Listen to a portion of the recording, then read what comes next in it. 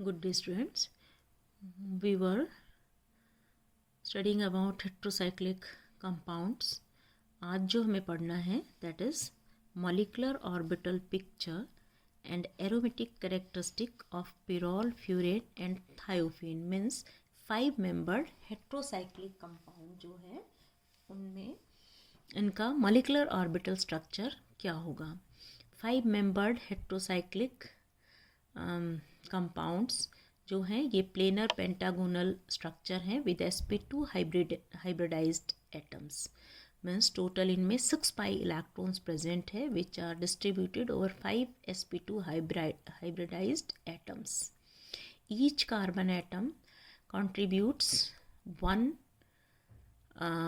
पाई electrons या pz orbital में जो इलेक्ट्रॉन्स है that is unhybrid electron, while the heteroatom contributes 2 electrons to the aromatic sex state, which imparts essentially aromaticity to the heterocyclic system. इसको बताने से पहले मैं आपको थोड़ा सा रिवाइज करना चाहेंगे हम. आपने बेंजीन का स्ट्रक्चर पढ़ा था जिसमें 6 कार्बन एटम्स प्रेजेंट थे, राइट. इनका हाइब्रिडाइजेशन क्या था आपको पता है. ये जो कार्बन एटम हैं 6 के 6 कार्बन एटम, इनका हाइब्रिड स्ट्रक्चर क्या है कि ये sp2 हाइब्रिड स्टेट में है.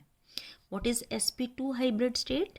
देखिए कार्बन जो है वो केवल 3 हाइब्रिड स्टेट में बॉन्डिंग करता है या 3 हाइब्रिड स्टेट में पाया जाता है.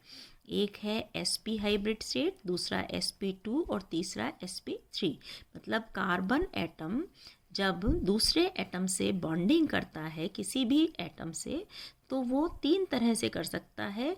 या तो ये sp हाइब्रिड स्टेट में होगा या sp2 हाइब्रिड स्टेट में होगा या sp3 हाइब्रिड स्टेट में होगा.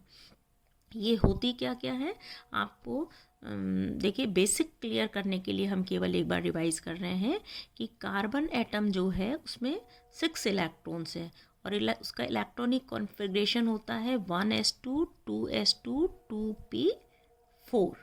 इस तरह से जब ये ग्राउंड एनर्जी स्टेट में होते हैं तो जो s ऑर्बिटल है उसमें 2 इलेक्ट्रॉन होते हैं 1s में, 2s में 2 इलेक्ट्रॉन और 2p में 4 इलेक्ट्रॉन, राइट.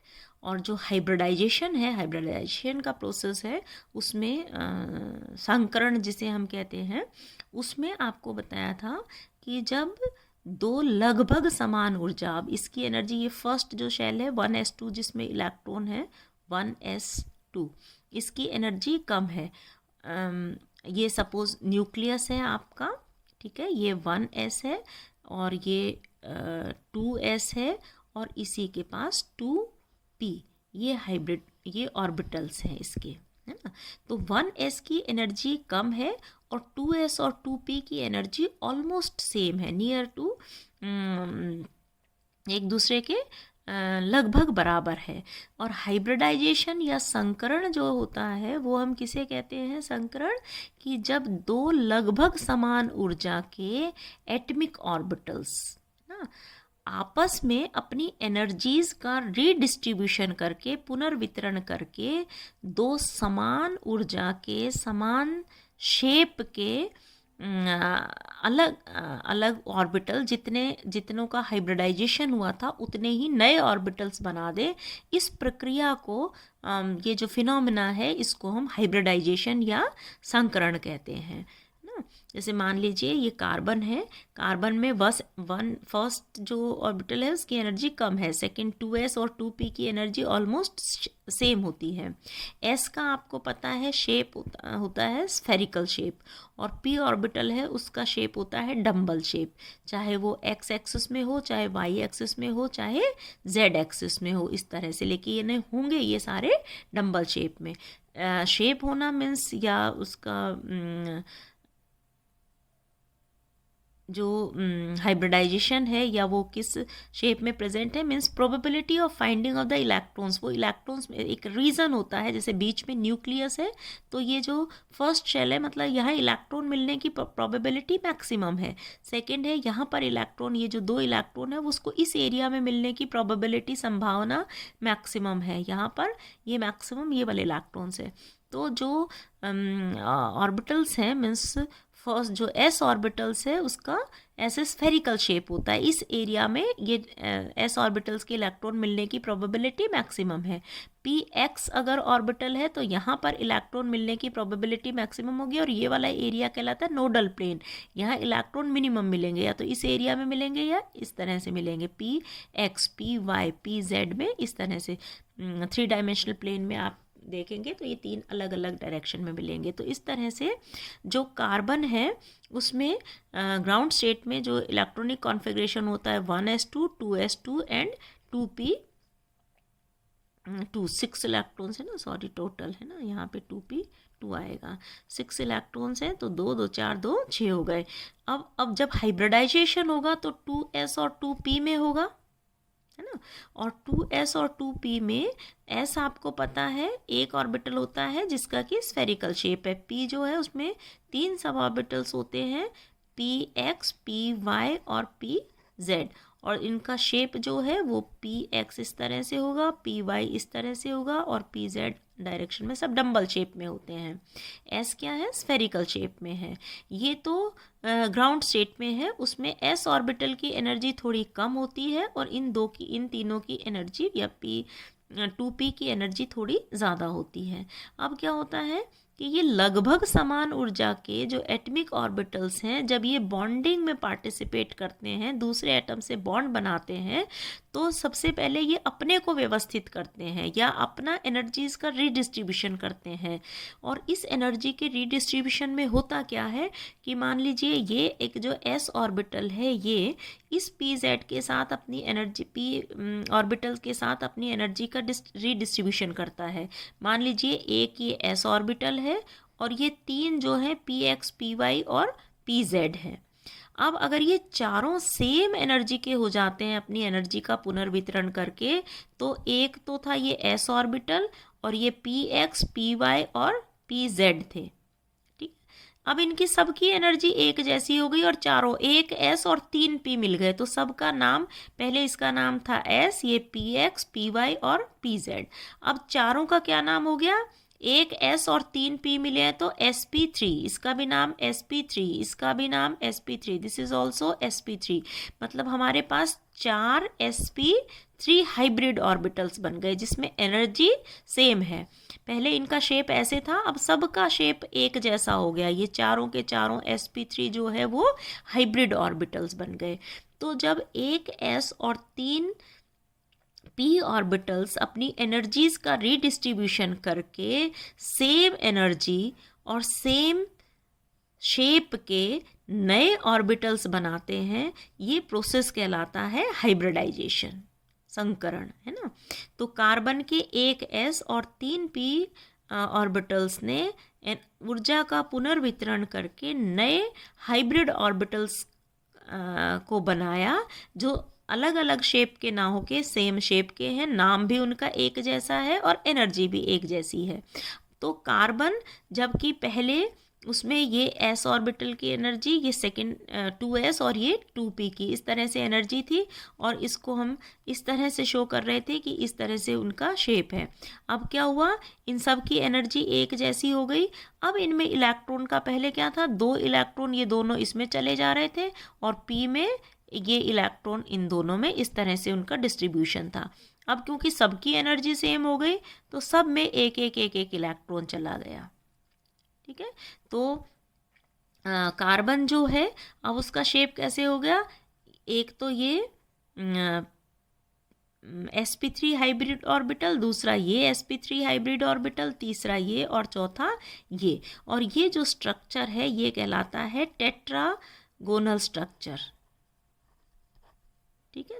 तीनों जो है टेट्राहेड्रल स्ट्रक्चर। टेट्राहेड्रल स्ट्रक्चर मतलब चारों दिशाओं में, जैसे एक्सिस जो है ये एक प्लेनर स्ट्रक्चर है, तो इसमें ये दो नीचे की तरफ मान लीजिए इस तरह से हमारा पास ये 3 डायमेंशनल प्लेन के लिए इसको एक्सप्लेन करूं तो ये कार्बन अगर है तो इसमें एक हाइड्रोजन या दूसरा एक जो इसका हाइब्रिड ऑर्बिटल होगा वो इस साइड इंक्लाइन होगा, दूसरा इसके डायगनली इस साइड इंक्लाइन होगा, और इन दोनों के डायगनली ये है, इसमें नीचे चले जाइए, तीसरा इधर और चौथा इसके इस अपोजिट डायरेक्शन में इधर। इस तरह से ये टेट्राहेड्रल, आप अगर एक क्यूबिक रूम में खड़े हैं तो रूफ में पहले इन दो डायगनल कॉर्नर में ऊपर की तरफ दो हाइब्रिड ऑर्बिटल इंक्लाइन है, और फिर इसी में नीचे प्लेन में इधर और इधर चले जाइए, यहाँ पर एक एक हाइब्रिड ऑर्बिटल इंक्लाइन है। तो इस तरह से इसका जो स्ट्रक्चर हो गया ये कहलाता है टेट्राहेड्रल स्ट्रक्चर। बीच में कार्बन है और इस तरह की ये चारों वैलेंसीज, अब ये किसी दूसरे कार्बन से या हाइड्रोजन से अगर हाइब्रिडाइजेशन करेगा तो एक इधर, जैसे CH4 का जो स्ट्रक्चर होता है तो उसमें जो ये कार्बन है वो टेट्राहेड्रल स्ट्रक्चर में है, या यूँ कहें sp3 हाइब्रिड स्टेट में है। तो जब कभी भी कार्बन sp3 हाइब्रिड स्टेट में होता है तो वो इस तरह से चारों डायरेक्शन में चार दूसरे हाइब्रिड ऑर्बिटल से सिग्मा किसी भी एटम के ऑर्बिटल से सिग्मा बॉन्ड बनाता है। तो sp हाइब्रिड ऑर्बिटल मान लीजिए एक एक हाइड्रोजन के एक एक s ऑर्बिटल से, जैसे CH4 के केस में होता है, इस तरह से चार हाइड्रोजन एटम के साथ चार सिग्मा बॉन्ड बना लेता है। एक इसका हाइब्रिड ऑर्बिटल इसके s ऑर्बिटल से, दूसरा हाइब्रिड ऑर्बिटल इसके s हाइब्रिड ऑर्बिटल से, तीसरा हाइब्रिड ऑर्बिटल इसके s ऑर्बिटल से, और चौथा हाइब्रिड ऑर्बिटल इसके s ऑर्बिटल से। तो चार सिग्मा बॉन्ड बना लेता है। तो कार्बन जब कभी भी चार सिग्मा बॉन्ड बनाता है, इसका मतलब ये कार्बन हमेशा sp3 हाइब्रिड स्टेट में है। इसका मतलब इसका स्ट्रक्चर क्या होगा, हमेशा टेट्राहेड्रल स्ट्रक्चर, इस तरह से टेट्राहेड्रल स्ट्रक्चर बनाएगा और वो sp3 हाइब्रिड स्टेट में है। मान लीजिए यही कार्बन अगर उसका एक s ऑर्बिटल और उसके केवल दो जो हैं वो px और py है ना, मान लीजिए ये दो px और एक ये s ऑर्बिटल है और ये px है और ये py है, ये तीनों मिलके एनर्जीज का रिडिस्ट्रीब्यूशन करते हैं, और एक जो pz था वो अनहाइब्रिड, एक किसी भी डायरेक्शन का p ऑर्बिटल जो है वो अनहाइब्रिड बच जाता है ना। तो यहाँ पर हमारा एक s और दो p मिले तो इसका नाम क्या हो गया, sp2। इसमें भी एक s दो p sp2, इसमें भी एक s और दो p sp2। तो ये तीन जो ऑर्बिटल बने ये क्या बने, sp2 sp2 sp2 hybrid orbitals. तीनों का शेप एक जैसा हो गया, और ये जो pz है वो डम्बल शेप में बच गया जो कि अनहाइब्रिड है। अब कार्बन में जो 6 इलेक्ट्रॉन्स थे 1s2 में तो दो चले ही गए है ना, और 2s और 2p, इनमें टोटल 2s2 में दो थे और 2p में दो इलेक्ट्रॉन थे। अब इनमें हाइब्रिडाइजेशन हो गया तो चार इलेक्ट्रॉन का डिस्ट्रीब्यूशन कैसे होगा, ये दो जो हैं ये इलेक्ट्रॉन इसमें चले गए है ना, तीसरा इलेक्ट्रॉन इसमें चला गया, और चौथा फिर जो वो है वो अनहाइब्रिड ऑर्बिटल में चला गया।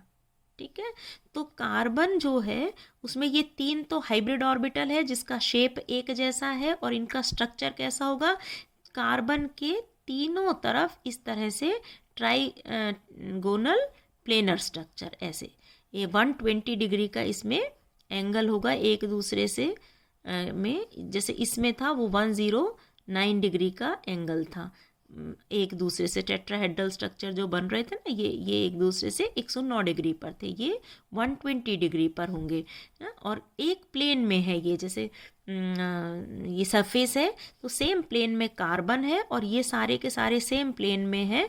तो ये इस तरह से मान लीजिए हाइड्रोजन प्रेजेंट है तो हाइड्रोजन से एक सिग्मा बॉन्ड बना लेगा। तो सारे के ये हाइड्रोजन भी, ये कार्बन भी, ये वाला कार्बन, ये सारे हाइड्रोजन, ये सब सेम प्लेन में प्रेजेंट है। तो जब कभी भी कार्बन इस तरह से तीन सिग्मा बॉन्ड बनाता है इसका मतलब वो sp2 हाइब्रिड स्टेट में है, तीन सिग्मा बॉन्ड, और ये सारा प्लेनर स्ट्रक्चर है, और इसके लंबवत, मतलब मान लीजिए ये एक सरफेस है, इसके लंबवत इस तरह से नीचे और ऊपर जो है ये pz ऑर्बिटल प्रेजेंट है जो कि अनहाइब्रिड स्टेट में है, एक इलेक्ट्रॉन इसमें रहता है। जैसे मान लीजिए आपके पास C डबल बॉन्ड C, इस तरह से ये स्ट्रक्चर है C2H4, है ना। इथीन जो है, इथीन का स्ट्रक्चर है ना, जिसमें कार्बन एटम जो है वो ये 3 तो सिग्मा बॉन्ड बना रहा है ना। ये वाला कार्बन एटम दूसरे को अगर हम देखें तो ये 3 सिग्मा बॉन्ड बना रहा है, एक हाइड्रोजन से, एक इधर हाइड्रोजन से, ये भी इस हाइड्रोजन से ओवरलैप करके 3 सिग्मा बॉन्ड बना रहा है। और एक pz ऑर्बिटल में इलेक्ट्रॉन है, इसके pz ऑर्बिटल में भी एक इलेक्ट्रॉन है, ये ओवरलैप करके ये वाला पाई बॉन्ड बना रहा है। तो कार्बन एटम में ये 3 सिग्मा बॉन्ड और एक पाई बॉन्ड प्रेजेंट हो, जो कि एक दूसरे से 120 डिग्री जो है उसके एंगल पर प्रेजेंट हो, ये कहलाता है ट्राइगोनल स्ट्रक्चर, जिसमें 120 डिग्री का एंगल है, 3 सिग्मा बॉन्ड है, एक पाई बॉन्ड है। ये वाला इस कंडीशन में अगर हो तो कार्बन sp2 हाइब्रिड स्टेट में होता है। sp3 हाइब्रिड स्टेट में क्या था कि इसका स्ट्रक्चर जो है वो टेट्राहेड्रल स्ट्रक्चर होता है, प्लेन में नहीं है, ये टेट्राहेड्रल स्ट्रक्चर है। 109 डिग्री का रिलेटिव एक दूसरे में, मतलब 108.9 जो है उस उतना इसमें एंगल प्रेजेंट है। इसमें 4 सिग्मा बॉन्ड है, पाई बॉन्ड प्रेजेंट नहीं होता है।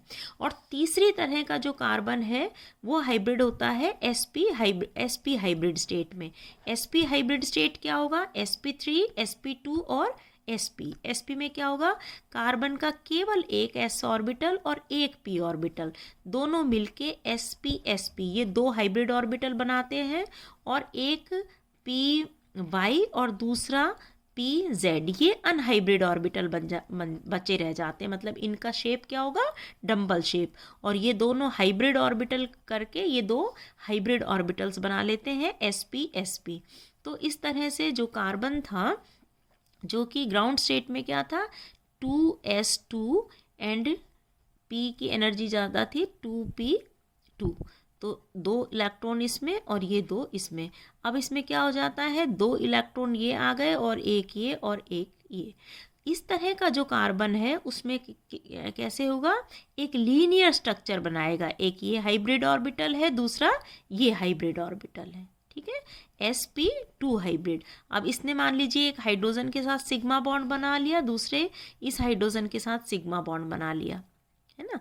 या कार्बन है तो कार्बन के साथ, जैसे इन केस ऑफ एसिटिलीन आप देखते हो इस तरह से CH एसिटिलीन का ये स्ट्रक्चर होता है CH। इसमें ये वाला जो कार्बन है ये भी sp हाइब्रिड स्टेट में है और ये भी sp हाइब्रिड स्टेट में है। तो कार्बन ने एक सिग्मा बॉन्ड ये बनाया और दूसरा सिग्मा बॉन्ड इस कार्बन से बनाया। इस कार्बन ने भी एक सिग्मा बॉन्ड इस कार्बन से बनाया और दूसरा सिग्मा बॉन्ड इस हाइड्रोजन से बना लिया। ये वाला हाइड्रोजन से एक सिग्मा बॉन्ड, दूसरा इस वाले हाइड्रोजन से सिग्मा बॉन्ड, एक इस कार्बन से सिग्मा बॉन्ड और एक इस कार्बन से सिग्मा बॉन्ड। और ये जो 2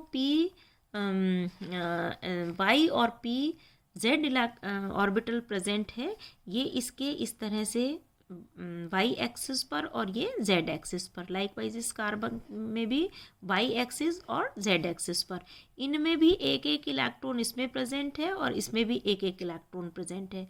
ये जो है कोलेटरल ओवरलैपिंग करने के बाद, है ना, ये को एक्सियल ओवरलैपिंग थी इनकी, जो कि पावरफुल होती है, जिससे सिग्मा बॉन्ड बनता है, और ये कोलेटरल पैरेलल, ये दोनों पैरेलल, इस तरह से ओवरलैपिंग करने के बाद एक पाई बॉन्ड और ये दूसरा पाई बॉन्ड बनाते हैं। इसीलिए जो एसिटिलीन है CH ट्रिपल बॉन्ड CH, इसमें ये सिग्मा बॉन्ड है, ये पाई बॉन्ड है, ये पाई बॉन्ड है, और हाइड्रोजन के साथ ये सिग्मा बॉन्ड और इस हाइड्रोजन के साथ ये वाला भी सिग्मा बॉन्ड, है ना।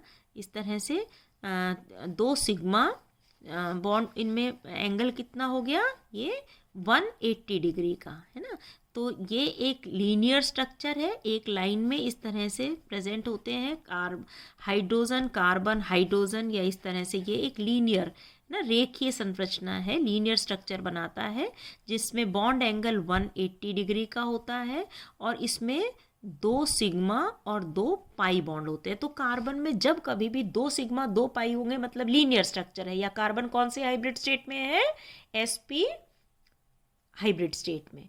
जब कभी भी कार्बन ट्राइगोनल प्लेनर स्ट्रक्चर बनता है, इसका मतलब उसमें 120 डिग्री का एंगल है। या यूँ कहें जब कभी भी कार्बन में 3 सिग्मा और 1 पाई बॉन्ड है, इसका मतलब वो हमेशा sp2 हाइब्रिड स्टेट में है। और जब कभी भी चारों सिग्मा बॉन्ड है कार्बन में, इसका मतलब वो sp3 हाइब्रिड स्टेट में है। तो कार्बन का हमने आपको सिंपल हाइब्रिडाइजेशन बताया कि वो कौन कौन से हाइब्रिड स्टेट में है। ये बेसिक था आपका इसका मॉलिक्यूलर ऑर्बिटल पिक्चर जानने के लिए। अब हम आते हैं कि अगर आपके पास मान लीजिए हेट्रोसाइक्लिक कंपाउंड जो है वो फ्यूरेन, पिरॉल या थायोफीन कुछ भी है। मान लीजिए नाइट्रोजन है, दिस इज़ पिरॉल। अगर ऑक्सीजन है, दिस इज़ फ्यूरेन। और अगर सल्फर है, दिस इज़ थायोफीन। इनका मॉलिक्यूलर ऑर्बिटल स्ट्रक्चर क्या होगा, ये इसी पर बेस्ड हम नेक्स्ट लेक्चर में बताएंगे।